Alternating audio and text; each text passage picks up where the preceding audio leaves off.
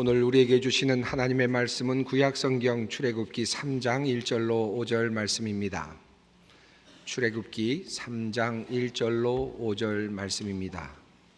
이 계시의 말씀을 봉독할 때 다 함께 살아계신 하나님의 음성을 들을 수 있기를 바랍니다. 모세가 그의 장인 미디안 제사장 이드로의 양떼를 치더니 그 떼를 광야 서쪽으로 인도하여 하나님의 산 호렙에 이르매 여호와의 사자가 떨기나무 가운데로부터 나오는 불꽃 안에서 그에게 나타나시니라. 그가 보니 떨기나무에 불이 붙었으나 그 떨기나무가 사라지지 아니하는지라. 이에 모세가 이르되 내가 돌이켜 가서 이 큰 광경을 보리라. 떨기나무가 어찌하여 타지 아니하는고 하니 그때에 여호와께서 그가 보려고 돌이켜 오는 것을 보신지라. 하나님이 떨기나무 가운데서 그를 불러 이르시되 모세야 모세야 하시매 그가 이르되 내가 여기 있나이다. 하나님이 이르시되 이리로 가까이 오지 말라. 내가 선 곳은 거룩한 땅이니 내 발에서 신을 벗으라. 아멘. 나는 내가 지난 여름에 한 일을 알고 있다. 영화의 제목입니다. 로이스 덩컨의 원작 소설을 가지고 1997년 짐 길레스피 감독이 만든 헐리우드 공포 영화입니다. 어느 날 밤 술을 먹고 행인을 친 고등학교 학생들이 바다에 시체를 유기하고 진실을 덮어버립니다. 그런데 1년 뒤에 나는 내가 지난 여름에 한 일을 알고 있다라고 하는 그렇게 적힌 편지가, 익명의 편지가 그들에게 배달됩니다. 그리고 관련된 사람들이 하나둘 의문의 죽음을 맞이하게 되는 그런 공포 영화입니다. 사실 저는 이 영화를 보지는 못했는데 제목이 워낙 강렬해서인지 이 제목을 한 번도 잊은 적은 없었습니다. 그러다가 어느 날 어느 신문에서 똑같은 제목을 발견했습니다. 나는 내가 지난 여름에 한 모든 일을 알고 있다. 이 제목의 기사를 보니 그 내용은 우리가 무엇을 하고 있는지 샅샅이 알고 있고 기록하고 있는 다양한 현대 문화의 기계들에 대해서 설명하는 그런 기사 내용이었습니다. 우선 우리가 쓰고 있는 핸드폰은 우리가 어디로 전화했는지, 언제 전화했는지 모두 다 기록해 놓고 있습니다. 요즘 핸드폰에는 GPS 장치가 있어서 위성으로 판단하기 때문에 어디에서 전화를 했는지도 분명하게 나타나고 있습니다. 물론 자동차도 마찬가지입니다. 내비게이션 시스템을 가지고 있는 차량들은 대부분 그 차가 어디에 있는지 또 어디로 이동했는지 분명하게 기록을 남겨두고 있습니다. 이제는 한 걸음 더 나아가서 자동차가 자율주행을 하는 그런 단계까지 이르렀습니다. 우리가 많이 쓰고 있는 인터넷도 마찬가지죠. 내가 들어가 보았던 인터넷 사이트들이 컴퓨터 한쪽에는 차곡차곡 기록으로 남겨져 있습니다. 의료보험조합의 컴퓨터에는 우리가 언제 어느 병원에 들렀는지, 그리고 어떤 진단을 받았는지, 치료했는지, 그리고 어떤 약을 처방받아서 어떤 약국에서 구입을 했는지 하나도 빠짐없이 기록이 남아 있습니다. 비행기를 타시는 분들은 각 항공사의 마일리지 관련 자료 속에서 자신이 언제 어디로 여행을 했는지 그 모든 기록을 찾아볼 수 있습니다. 크레딧 카드로 계산을 하면 그것도 정보가 남습니다. 내가 어디에서 무엇을 샀는지 정확하게 그 기록이 남습니다.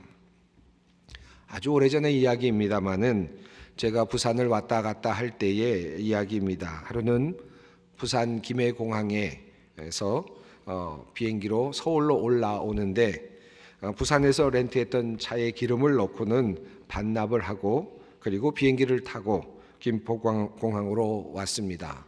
공항에 와서 공항에 세워두었던 제 차를 몰고 나가려는데 기름이 떨어져 있었습니다. 그래서 근방에 가서 기름을 넣었습니다. 같은 크레딧 카드로 계산을 했죠.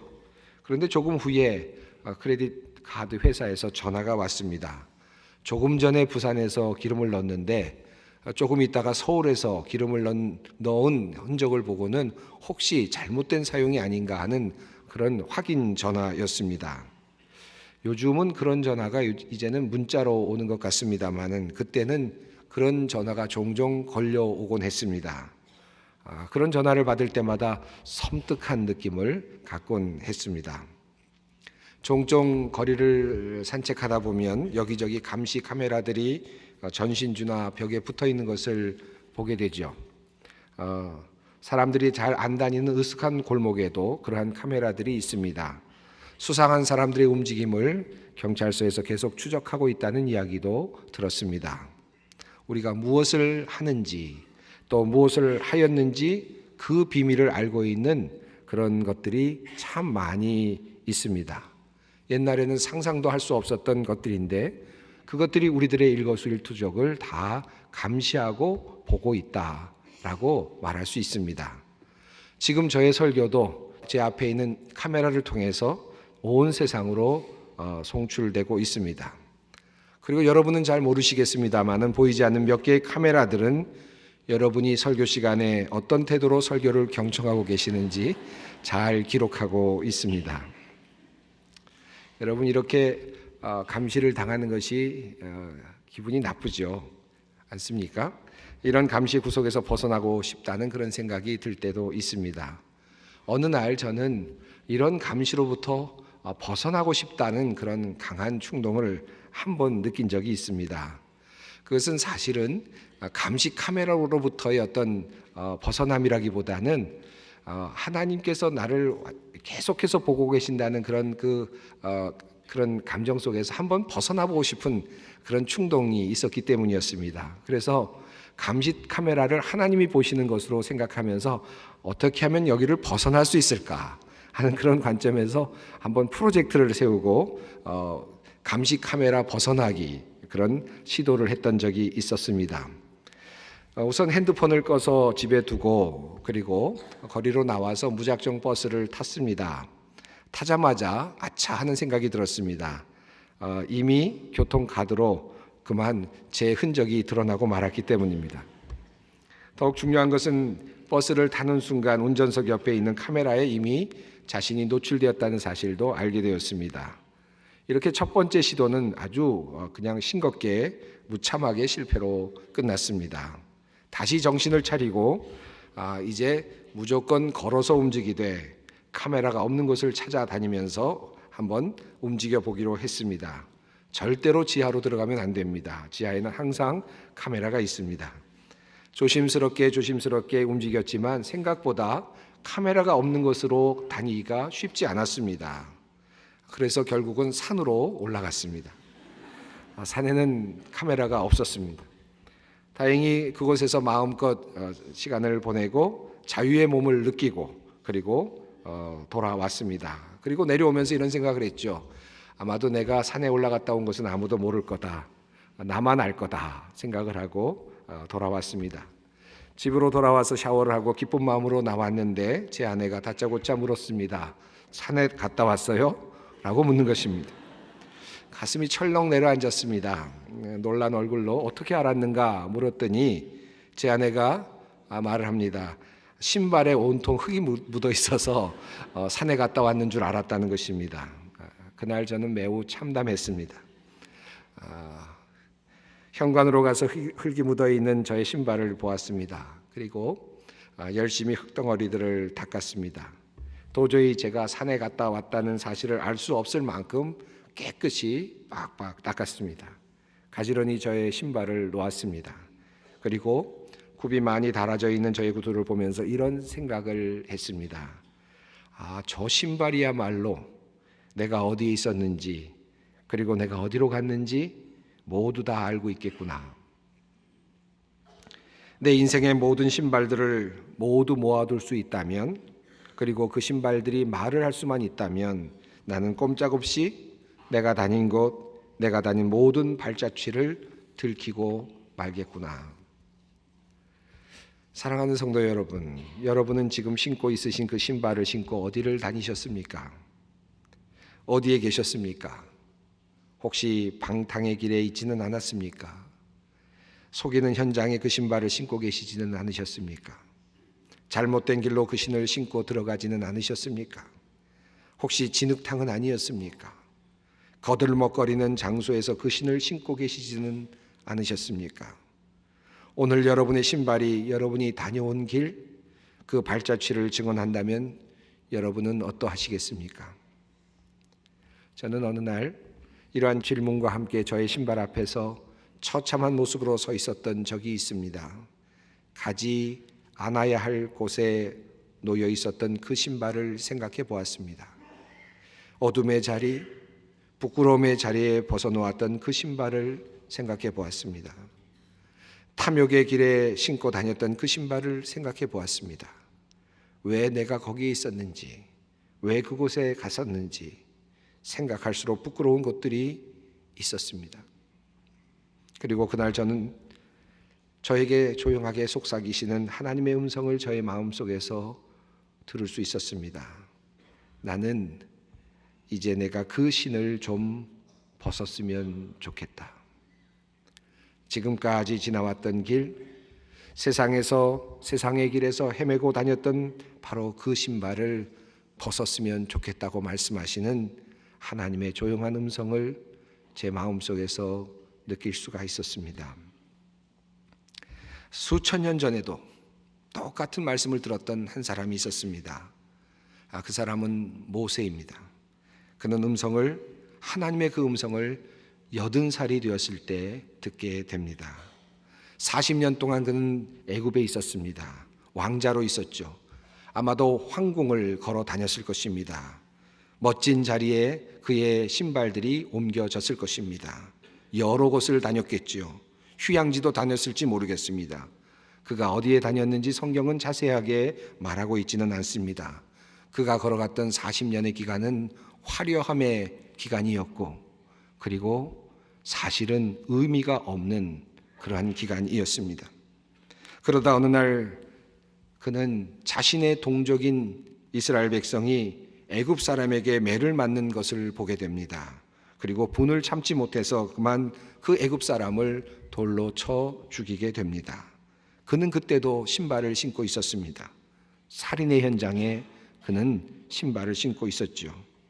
아무도 모른다고 생각했던 바로 그 자리, 살인의 현장은 그 신발이 증언하고 있었습니다. 아니, 또 다른 사람들도 증언하고 있었습니다. 결국 사람들의 눈을 피해서 미디안 광야로 도망을 합니다. 그때도 그는 신발을 신고 있었습니다. 우물가의 여인들을 괴롭히는 목동들을 쫓아낼 때도 그는 신발을 신고 있었고, 그리고 이드로를 만나고 자신의 아내 시브라를 만났을 때도 그는 신발을 신고 있었습니다. 자신의 아들을 낳을 때도 그는 신발을 신고 있었고, 광야에서 양떼를 몰고 다닐 때에도 그는 신발을 신고 있었습니다. 광야에서의 40년의 그 발걸음은 정처 없는 발걸음이었습니다. 애굽에서의 발걸음이 화려함의 발걸음이었다면 미디안 광야에서의 발걸음은 정말 갈 바를 알지 못하는 발걸음이었습니다. 그는 그렇게 양떼를 몰고 이리 다니고 저리 다니며 그렇게 발걸음을 옮겨가고 있었습니다. 그렇게 40년이 또 흘렀습니다. 그러다 어느 날 그는 호렙산에 갔다가 놀라운 장면을 보게 됩니다. 떨기 나무에 불이 타고 있는데 그 나무가 사라지지 않는 신기한 모습을 본 것입니다.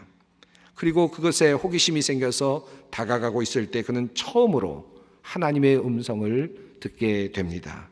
자신의 인생에 있어서 첫 번째 음성이었습니다. 하나님께서 이르시되 이리로 가까이 오지 말라. 내가 선 것은 거룩한 땅이니 내 발에서 신을 벗으라. 어떤 학자는 신을 벗는다는 것은 단순히 존경의 표시라고 합니다. 어떤 학자들은 유대 풍습에는 신을 한 짝 상대방에게 나누어 주면서 맹세하는 관습이 있으므로 단순하게 하나님과 모세 사이에 맹세가 이루어지는 표현일 수 있다고 말합니다. 하지만 이 장면은 저에게는 그 이상으로 보입니다. 하나님께서는 그가 다녔던 모든 곳, 그가 헤맸던 모든 장소, 살인의 장소, 그가 그의 신을 신고 다녔던 그 모든 길을 알고 계셨습니다. 그가 돌아다녔던 곳, 도피의 길, 헤매고 다녔던 체념의 광야, 살인의 장소, 그 모든 장소를 주님은 분명하게 알고 계셨습니다. 그리고 주님께서는 모세에게 다음과 같이 말씀하십니다. 내가 선 곳은 거룩한 땅이니 내 발에서 신을 벗어라. 내가 지금까지 다녔던 그 길을 다 알고 있는 그 신발을 이제 벗어버리자. 과거를 버리자는 주님의 초청이었습니다. 잘못된 모든 기록들이 담긴 그 신발을 벗어버리라는 주님의 초청이었습니다. 그 명령 속에는 그러나 동시에 또 다른 의미가 있습니다. 이제 내가 너에게 새로운 길을 가도록 해주시겠다는 뜻입니다. 이제 새로운 신발을 신겨주시겠다는 하나님의 음성이었습니다. 모세가 그 후에 간 길은 어떠한 길이었습니까? 가족을 돌보는 안주의 길에서 벗어나서 광야의 양떼를 돌보며 인생을 겨우 연명하던 그 길에서 벗어나서 광야를 맴돌던 정처 없는 길가에서 벗어나서 이스라엘을 구원하는 위대한 길로 접어들게 됩니다. 하나님의 이름으로 모세가 바로 앞에 섰을 때 그는 의미상으로 새로운 신을 신고 있었습니다. 홍해 앞에 섰을 때 그는 새로운 신발을 신고 있었습니다.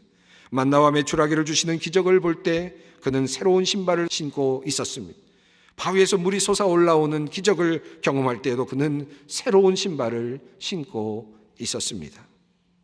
이스라엘을 구원하라, 애굽에서 그들을 구출하라 라고 하는 하나님의 소명을 받아들이기 전에 모세에게 첫 번째로 들렸던 하나님의 음성은 바로 신을 벗으라는 초청이었습니다. 자신의 신발을 벗은 후에야 그는 새로운 소명을 받아들고 새로운 곳, 전혀 가보지 못했던 그곳으로 인도함을 받을 수 있었습니다.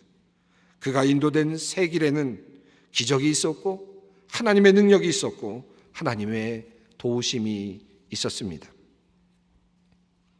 사랑하는 성도 여러분, 우리는 종종 하나님을 위해 우리가 무엇을 할 수 있을까 고민할 때가 많이 있습니다. 우리의 소명이 무엇일까? 그 소명을 발견하기 위해서 많은 노력을 할 때가 있습니다.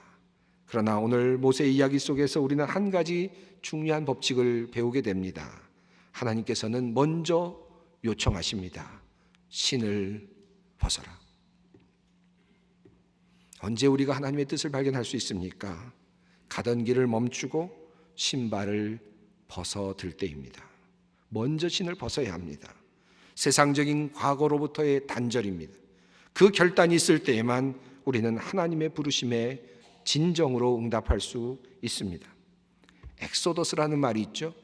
출애굽기라고 우리는 번역합니다. 그런데 그 원래의 뜻은 엑스호도스의 합성어입니다. 엑스라는 말은 밖으로라는 뜻이고 호도스라는 말은 길입니다. 길 밖으로 벗어나는 것입니다. 지금까지 살아왔던 인생의 길에서 벗어나는 것입니다. 애굽에서 살던 그 삶의 길에서 벗어나서 광야의 길, 하나님께서 인도하시는 길로 다시 들어서는 것을 말하는 것입니다. 그것이 바로 엑소더스입니다. 그렇다면 하나님께서는 모세에게만 신을 벗으라고 말씀하셨습니까? 우리 주님께서도 제자들에게 그와 같은 명령을 하셨습니다. 아마 여러분은 잘 기억하지 못하실 것입니다. 왜냐하면 그 말씀이 숨겨져 있기 때문입니다. 요한복음 13장의 말씀입니다. 4절 이후의 말씀입니다.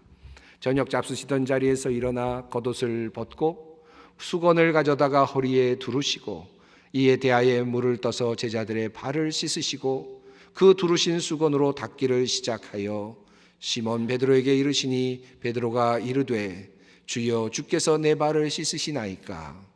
예수께서 대답하여 이르시되 내가 하는 것을 내가 지금은 알지 못하나 이후에는 알리라. 예수께서는 제자들과 마지막 만찬을 하시던 자리에서 일어나서 겉옷을 벗고 수건을 가져다가 허리에 두르시고 대야에 물을 담아 제자들의 발을 씻기셨습니다. 그 수건으로 닦아주셨습니다. 사랑하는 여러분, 이 이야기 속에 한 가지 숨겨진 단계가 있습니다. 주님께서 하시는 음성이 들리지 않습니까? 제자들을 향하여 주시는 말씀, 신을 벗어라. 신을 벗고서야 발을 대야에 담그고 씻음을 받을 수 있습니다. 신을 벗어라. 안 먹겠다고 고집을 피우는 베드로에게 주님 말씀하십니다. 내가 너를 씻기지 아니하면 너는 나와 상관이 없다. 신을 벗지 않으면 너는 나와 상관이 없다. 우리 주님께서는 이제 자신의 사역이 끝나감을 알고 계셨습니다. 자신이 세상을 떠나면 이제는 제자들이 그 뒤를 이어 사역을 시작해야 합니다. 그 제자들에게 소명을 주시는 시간입니다.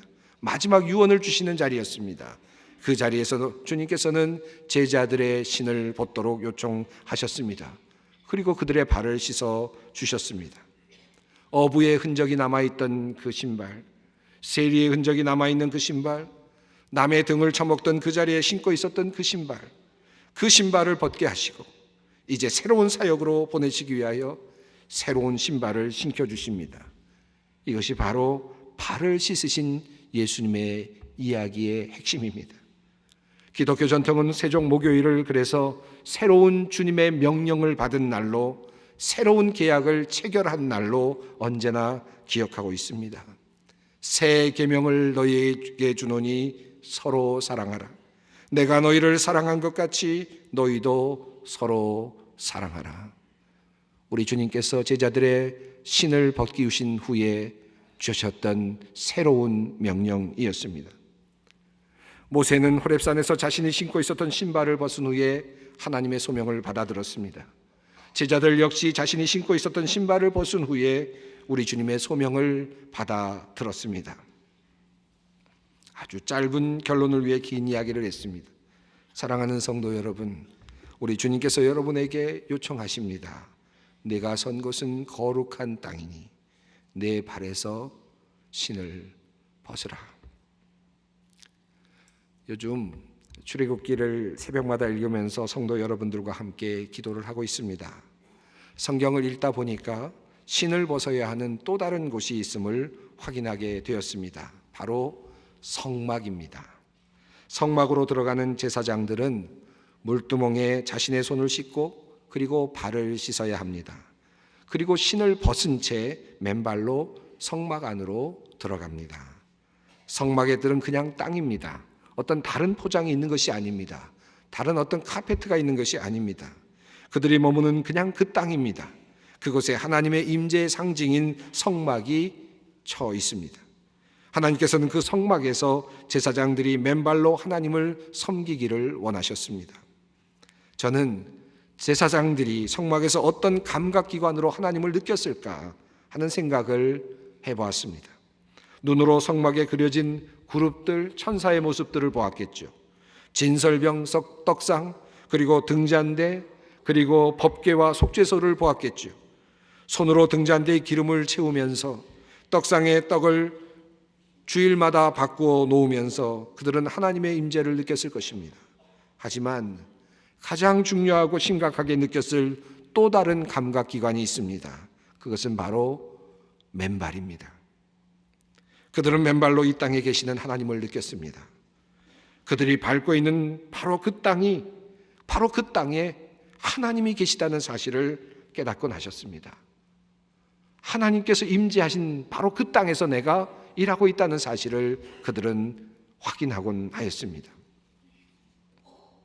오늘은 특별한 날입니다. 소망교회에서 일할 장로님 3분을 세우는 날입니다. 우리는 이 날을 안수 받으시는 3분만을 위한 날로 생각할 수 있습니다. 하지만 오늘은 그보다 더 큰 의미가 있습니다. 이 자리는 세 사람 개인이 주님으로부터 소망교회를 섬기도록 부르심을 받는 소명의 자리가 아니라, 그것을 넘어서서 우리 교우들 모두가 한 마음으로 소망교회를 섬기도록 함께 부름을 받는 소명의 자리입니다. 지금까지 교회가 걸어왔던 부족하고 잘못된 길에서 돌아서서 그 신을 벗기 원합니다. 지금까지 세속적으로 살아왔던 잘못된 자리에서 돌아서서 그 신을 벗었으면 좋겠습니다. 신을 벗고 새로운 소명을 받는 자리인 것입니다. 교회 역사를 보면 새로운 길로 들어선 사람들, 과거의 삶을 정리하고 새로운 도전에 매진한 사람들에 의해서 교회의 역사가 바뀌어졌음을 알 수 있습니다. 종교개혁가 루터가 그랬고, 깔뱅이 그랬고, 웨슬리가 그러했습니다. 사랑하는 성도 여러분, 이제 우리의 차례입니다. 주님께서 오늘 여러분에게 말씀하십니다. 내가 선 곳은 거룩한 땅이니 내 발에서 신을 벗으라. 기도하겠습니다. 거룩하시고 자비로우신 하나님, 오늘 이 시간 소망의 모든 성도들이 주님의 소명을 받으며 새로운 결단을 하게 하시니 감사합니다. 짧은 인생의 길에서 돌아가는 길, 내리막의 길을 서성이고 헤매느라 시간 허비하지 않게 하시고 그곳에서부터 엑소더스하여 주님께서 인도하시는 그 길을 새 신을 신고 거닐며 주님의 이름을 높이며 주님의 기적을 경험할 수 있도록 우리에게 복을 내려 주시옵소서. 우리에게 친히 오셔서 우리의 신을 벗기시고 우리의 발을 씻기심으로 참 모범을 보이신 우리 주 예수 그리스도의 이름으로 기도드리옵나이다. 아멘.